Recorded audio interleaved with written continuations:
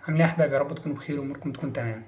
سريعا كده ان شاء الله في الفيديو ده عشان بس وقتكم. لو انت بتطور في نفسك نايم بتضيع وقت، انا عارفك انت مصدق خدت الاجازه وبتهرب من نفسك، او ان انت قاعد متوتر مستني النتيجه. ان شاء الله الفيديو ده هيطمنك الى حد ما باذن الله لحد ما النتيجه تبان وتطمن كويس جدا. ولكن الفيديو ده باذن الله لو ركزت في كل كلمه فيه وحاولت ان انت بس يعني تفهم الكلام، صدقني انت النتيجه هتجيلك وانت سعيد جدا جدا جدا. هقول لك على حسابات ربنا ليك ايه اللي بيحصل في النتيجه، وهل فعلا اللي انا حاسبه بيجي بالظبط، وهل الامور معايا هتبقى كويسه بعد الثانويه، ولا الدنيا بتبقى بايظه، ولا الثانويه هي اللي بتحكم على مستقبلي، ولا ايه بالظبط. ان شاء الله كل الامور دي هتقال لك في الفيديو ده، عشان كده بقول لك ركز في الكلام وفهمه كويس جدا.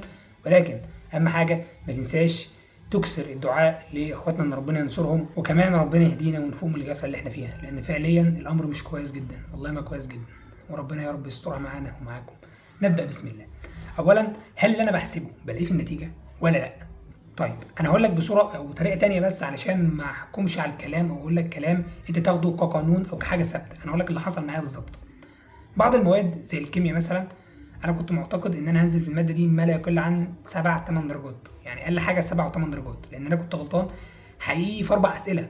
يعني 4 اسئله كان في سؤالين عليهم اختلاف، ما اعرفش هم صح ولا غلط، في سؤالين تانيين انا غلطان فيهم بطريقه لا تتخيلها. انت لو عرفت السؤالين اللي انا غلطت فيهم هتيجي كده يعني ممكن تشتم في التعليقات. المهم، الغلطات اللي انا اخطات فيها دي ما كانتش تحتسب اخطاء، يعني 4 اخطاء مثلا، في خطأين انا خلاص عارف ان دي اخطاء وش تمام سهلين، والخطأين التانيين عليهم خلاف كبير جدا. فانا يعني عموما كده انا معايا 7 او 8 درجات بالكتير يعني. بالاضافه ان في حاجات تانية كان عليها اختلافات، انا كده بكلمك على الامر اللي هو ايه نسبه الشك فيه عاليه جدا. ماشي، ايه اللي حصل؟ جيت في الكيمياء لقيت نفسي ناقص 4 درجات بالظبط. ال4 درجات دول والله اعلم على ما اعتقد يعني ان هي كانت سؤالين بس، سؤالين بدرجتين بس. يعني 4 درجات من واحد حاسب لنفسه ان هو ينقص 7 او 8 درجات. فالموضوع كان بالنسبه لي مفاجاه في الكيمياء. نيجي مثلا لماده زي الفيزياء.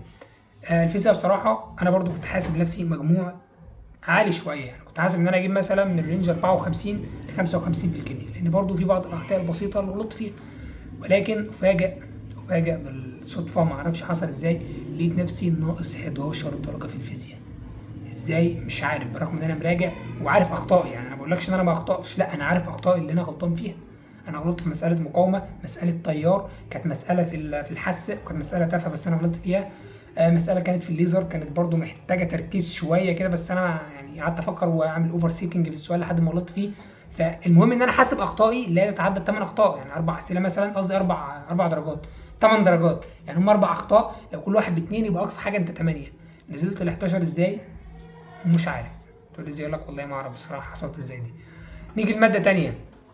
ماده تانية زي ايه تاني كده بالانجليزي. الانجليزي انا قلت ان انا دخلت لقيت بعض الاسئله اللي انا كنت احلها بره، ولكن دخلت جوه لقيت نفسي حليتها بطريقه مختلفه تماما، بالرغم ان انا حالها بره وفاهمها كويس بره، ولكن دخلت غلطت جوه في اللجنه مش عارف ازاي. كنت حل اسئله بالنص بالملي، دخلت جوه لقيت نفسي اخطات في اسئله تافهه جدا ما حدش يغلط فيها. كام؟ 3 اخطاء، سؤال في القطع، سؤالين في الام سي كيو.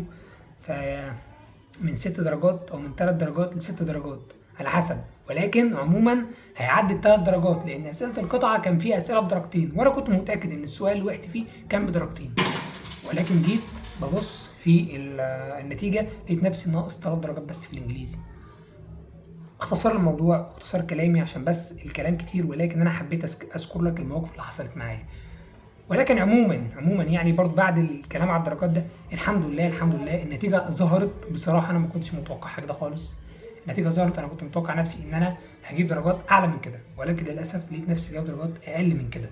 طيب ليه؟ لان انا بقول لك كان في مواد حاسب لها درجات اعلى نزلت فيها جامد، مواد تانية كنت حاسب لها درجات قليله اترفعت فيها، فاهمني؟ فاللخبطه اللي حصلت دي لقيت نفسي تحت قوي، يعني انا ما كنت حاسب كمان. ولكن هشرح لك بقى ولكن دي بعدين، بس بعد القصه البسيطه اللي جايه دي. ركز الاول عشان بعد كلمه ولكن دي في حاجه مفاجاه فعليا حصلت معايا، والله انا ما كنت متوقعها خالص. بس خلينا الاول اقول لك القصه برضه اللي حصلت في موضوع النتيجه ده. في 2 زملاء، واحد قالها لي يعني من الدفعه اللي فاتت، او الدفعه تقريبا اللي قبل اللي فاتت، او الدفعه اللي قبل اللي فاتت، اللي هي كانت الدفعه اللي بعدين على طول. حد كلمني كان بيتابع معايا وكده. المهم قال لي ايه؟ قال لي ان هو وزميله، تمام، هو بشر يعني، معاه واد زميله في كليه تمريض. فالمهم هما الاثنين يعني توأم، عارف يعني توأم في نفس البلد متربيين مع بعض ويروحوا دروس مع بعض وكل حاجه والدنيا تمام. فالمهم اللي حصل ان هو وزميله كانوا بيراجعوا مع بعض، انت جبت كام، انت حليت كام، مش عارف ايه، مستواهم طول السنه يعني لدرجه ان هم كانوا بينافسوا بعض، فاهمني؟ ليه المنافسه الشريفه؟ انت ذاكرت النهارده 5 صفحات ماشي، انا بكره هذاكر 10 درجات، ويروح قصدي 10 صفحات ويروح مذاكر 10 صفحات ودايس عليهم وحالل المهم ان هم في اخر السنه قعدوا يعملوا تقييم كده للامتحانات، في نهايه الامتحانات لقى واحد اللي هو مثلا احمد، والتاني اللي هو فرضا مثلا ان هو محمد، احمد ده ناقص 10 درجات، محمد انا بقول لك فرضا محمد ناقص درجتين، بالرغم ان ما كانتش كده، بس انا بضرب لك مثال بس ايه على الدرجات اللي حصلت.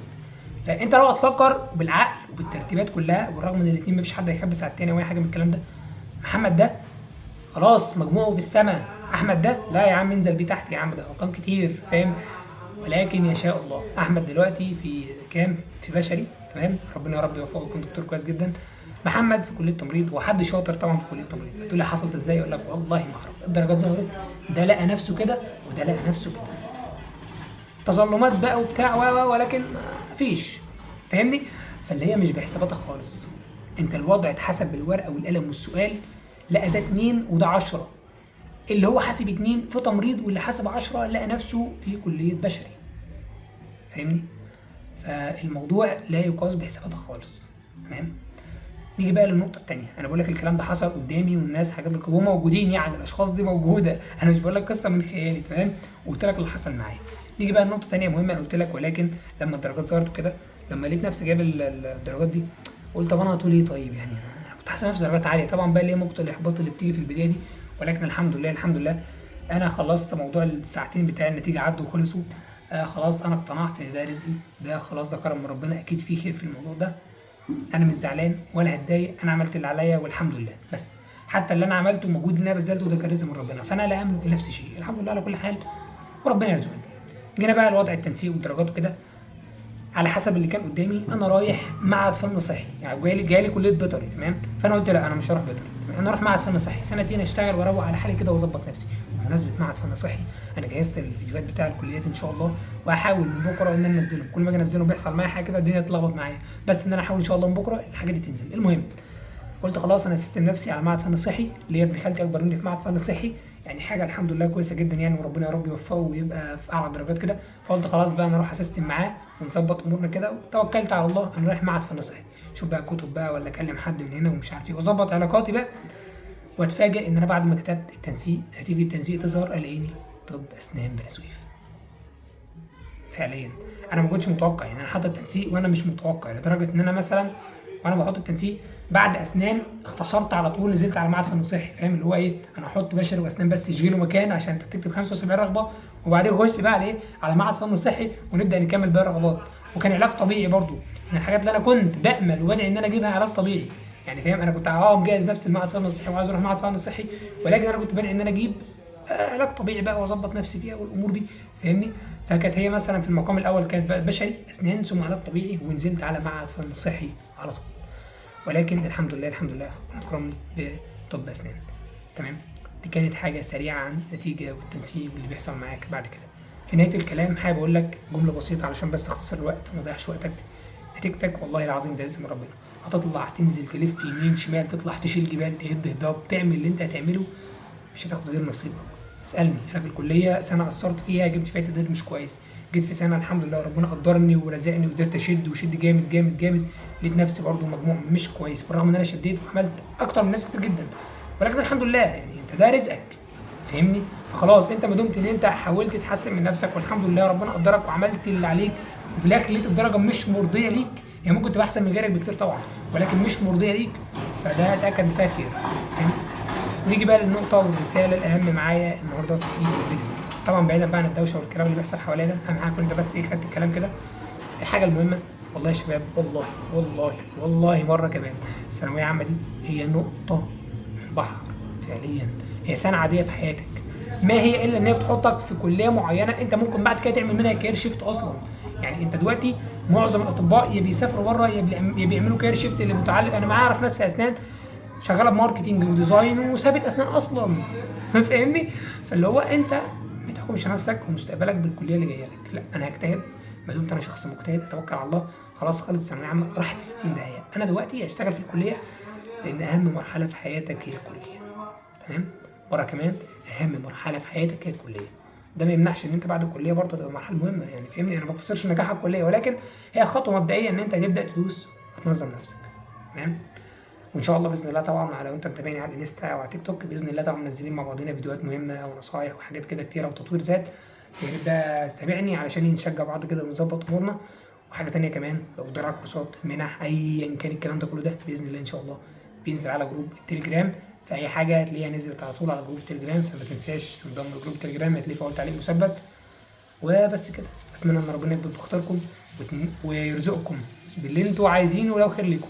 انما لو مش خير ليكم اكيد ربنا يرزقكم بالخير ليكم، واللي هتيجوا بعد كده تتاكدوا ان انتوا يا ريتني يا عمي اللي انا جبت، ان انا كنت اعرف الكلام ده.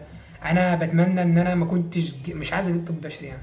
انا والله اعرف ناس فعليا يعني بعد 5 6 سنين من ثانويه عامه بتحمد ربنا ان هي ما دخلتش بشري ولا جابت مجموع بشري اصلا ولا جابت مجموع صيدله.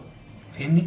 انا اعرف حد عايز عليا جدا، وان شاء الله ده ناوي ان انا اسجل معاه بودكاست بصراحه، ولكن مش دلوقتي. تمام. فكره البودكاست متاخره شويه. دخل تربيه رياضيه، هو حاليا بيقول انا من الحاجات ومن اجمل النعم اللي اتحطت في حياتي، بقى طبعا نعم الاسلام والنعم الكتير اللي ربنا رزقني بيها، نعم الاسلام يعني والنعم اللي ربنا اكرمني بيها، ان انا جبت تربيه رياضيه، ان فعليا كانت نقطه فارقه في حياته. تخيل بقى لو جاب راح كليه تانية، ما اعتقدش ان هو يكون بنفس الدرجه دي، يعني يمكن كانت حصلت حاجه، اتعرض لحاجه، ولكن هو نجاحه في المكان ده. تمام. فتاكد من دي واعمل اللي عليك وسيبه على الله.